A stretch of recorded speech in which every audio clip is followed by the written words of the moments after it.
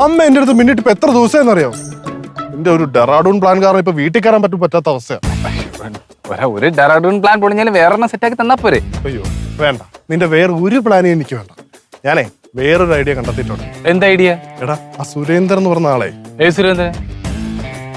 ഓ നിന്റെ അമ്മായി സുരേന്ദ്രൻ. മനസ്സിലായി.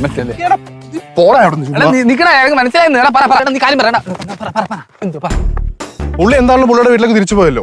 നമ്മൾ ഇതിന്റെ പേരും പറഞ്ഞുകൊണ്ട് അവരെ രണ്ടുപേരും തള്ളേ മോളെ പുറത്തോട്ട്. എങ്ങനെ? വാ. പുള്ളി ഇന്ന് നമ്മുടെ ബാറിൽ ചെന്നിട്ട് അടിച്ച് ഫിറ്റ് ആയിട്ട് സെക്യൂരിറ്റി ക്യാമ്പിൽ കയറി കിടന്ന് ഉറങ്ങുവാണ്. നമ്മുടെ സെക്യൂരിറ്റി ചേട്ടൻ നിന്നെ വിളിച്ചു പറഞ്ഞു. അതിന് ഈ പ്ലാൻ വെച്ചുകൊണ്ട് നമ്മള് ആ തള്ളേ മോളെ വിളിച്ചു പറയുന്നു പുള്ളിക്ക് എന്തോ അപകടം പറ്റിയിരുന്നു. കേട്ട വാതി കേൾക്കാത്ത വാതി തള്ളേ മോള് വീട്ടിൽ നിന്നാവും. എങ്ങനെയുണ്ട്? അയ്യോ സൂപ്പർ ഐഡിയ. ഇത് ഭയങ്കര റിസ്ക് ഉള്ള പരിപാടിയാ. എന്ത് റിസ്ക്? അവര് വിളിച്ച് കോളനി അന്വേഷിച്ച് കഴിഞ്ഞാൽ കാര്യങ്ങൾ വിളിയത്തില്ലേ? എടാ സുരേന്ദ്രന്റെ കാര്യം അവർ വിളിച്ച് കോളനി അന്വേഷിച്ച് കഴിഞ്ഞാൽ അവർ പറയത്തില്ലേ സുരേന്ദ്രൻ ഇവിടെ കൊണ്ടെന്നൊക്കെ പറയത്തില്ലേ? അപ്പൊ ഈ ഐഡിയ നടക്കത്തില്ലേ? ഇല്ല, നീ പറഞ്ഞ ഐഡിയ കൊള്ളാം. നിന്റെ ഐഡിയയും എന്റെ ഐഡിയയും കൂടെ ചേർത്ത് കഴിയുമ്പം ഈ ഐഡിയ നമുക്കൊരു സൂപ്പർ ഐഡിയ ഒക്കെ എടുക്കാം. എങ്ങനെ? അതായത് ഈ സുരേന്ദ്രന്റെ അടുത്തൊരു കമ്പനിക്കാരനുണ്ട്, കൊച്ചാപ്പൻ ബ്രോക്കർ. കൊച്ചമ്മണിക്ക് എന്ത് ആവശ്യം വന്നാലും ഈ കൊച്ചാപ്പനെയാണ് കൊച്ചമ്മണി വിളിക്കുന്നത് സുരേന്ദ്രന്റെ ആവശ്യങ്ങൾ അന്വേഷിക്കാൻ വേണ്ടി. ഈ സുരേന്ദ്രന് നൈസ് ഒരു പൈന്റ് എടുത്തു കൊടുത്ത് ഒരു 1000. സുരേന്ദ്രനോ? സുരേന്ദ്രനല്ല, കൊച്ചാപ്പൻ. പറഞ്ഞ മാറിപ്പോയതാ. കൊച്ചാപ്പൻ ചേട്ടന് ഒരു പൈന്റും ഒരു 1000 കൊടുത്തു കഴിഞ്ഞാൽ അങ്ങനെ നമുക്ക് ചാക്കിലാക്കാം. പിന്നെ നമ്മൾ പറയുന്ന കൊച്ചാപ്പൻ കേൾക്കും. ആണോ? അപ്പൊ ഞാൻ ഒരു സംശയം ചോദിച്ചോട്ടെ, ഈ കൊച്ചമ്മണി ഈ കൊച്ചാപ്പനെ തന്നെ വിളിക്കൂ? അതിനെ വിളിക്കുമെന്ന് ഉറപ്പില്ല. അഥവാ വിളിച്ചു കഴിഞ്ഞാൽ നമ്മുടെ പ്ലാൻ സക്സസ് ആയില്ലടാ. അങ്ങനെ വിളിച്ചു കഴിഞ്ഞാൽ സെറ്റാ കേട്ടോ. ഒരു ദിവസം അവരെ വീട്ടിൽ നിന്ന് പുറത്താക്കി കഴിഞ്ഞോട്ടല്ലോ, പിന്നെ നമുക്ക് എളുപ്പമാടല്ല. നമ്മൾ ഇടുന്ന ചൂണ്ടയിലാണ് മീൻ കൊത്തുന്നെങ്കിൽ ഈ പ്ലാൻ ഓക്കെ ആവും. എടാ കൊത്തും.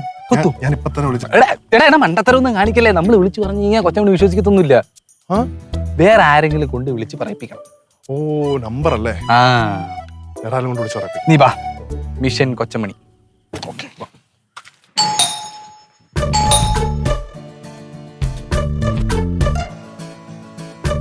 ആരാ? ഓഫീസിനാണ്. ഓ എന്തോ സൈൻ വാങ്ങണ കാര്യം അമ്മ പറയാം. ശരി അമ്മയെ ഞാനും വിളിച്ചിട്ട് വരാം. ഒരു മിനിറ്റ്.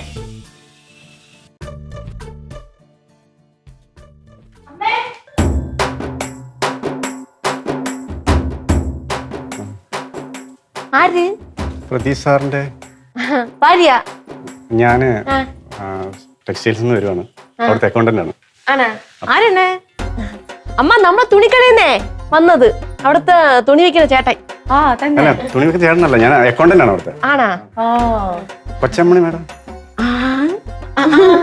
അല്ല ഞാൻ കല്യാണത്തിന്റെ ഒക്കെ ഫേസ്ബുക്കിലൊക്കെ കണ്ടിരുന്നു, വൈറലായിരുന്നു. വേണ്ട കുഴപ്പമില്ല. കുഴപ്പമില്ല. അയ്യോ ഞങ്ങൾക്ക് ഇവിടെ അങ്ങനെ മുതലാളി തൊഴിലാളി ഒന്നുമില്ല. കയറിയിരിക്കും, ധൈര്യമായിട്ടിരിക്കും.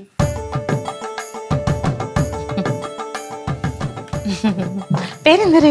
എന്റെ പേര് സന്തോഷം. നിങ്ങളുടെ തുണിക്കടയുണ്ടല്ലോ, അടുത്ത മാസം മുതൽ ഞാനാണ് അവിടെ വന്നിരിക്കുന്നത്. വാ, മൈനിക്ക് എല്ലാം കൂടി നോക്കി നടത്താൻ പറ്റുന്നില്ല, എന്നോടും കൂടി നോക്കാൻ പറഞ്ഞു. അന്നെന്തരന് വന്നത്? ഞാൻ മാഡത്തിന്റെ ഒരു ചെക്ക് ഒപ്പിട്ട് മേടിക്കാണ്ടായിരുന്നു. തന്നെ? ചെക്കില് എത്ര രൂപ? ഒരു 16 ലക്ഷം രൂപ വരും. 16 lakhs. അയ്യോ അത്ര എന്തിന്റെ? ഒരു പർച്ചേസ് ബിൽ പേയ്മെന്റ് ചെയ്യാനായിരുന്നു. പച്ചക്കറിക്ക് 16 ലക്ഷം രൂപയാ, ഭയങ്കര കൂടുതലാണല്ലേ? അയ്യോ അമ്മ പച്ചക്കറി എന്നല്ല പറഞ്ഞത്, പർച്ചേസ് ബില്ലെന്ന്. ഓ ഇരിക്കപ്പേ, മാഡം വന്നോളും. ഇല്ല മാഡം കുഴപ്പമില്ല. ഒന്നും പറയില്ല, അവിടെ ഇരി. മൈനി പാവം. മൈനി, ഞാൻ സന്തോഷിനോട് നമ്മുടെ കടയിലെ കാര്യങ്ങളൊക്കെ ചോദിച്ച് മനസ്സിലാക്കുമായിരുന്നു. ഇനിയിപ്പോ എല്ലാം അറിഞ്ഞിരിക്കണമല്ലോ. ഇതെല്ലാം അറിഞ്ഞോ? ഇത് പുരൊക്കെ അറിഞ്ഞു.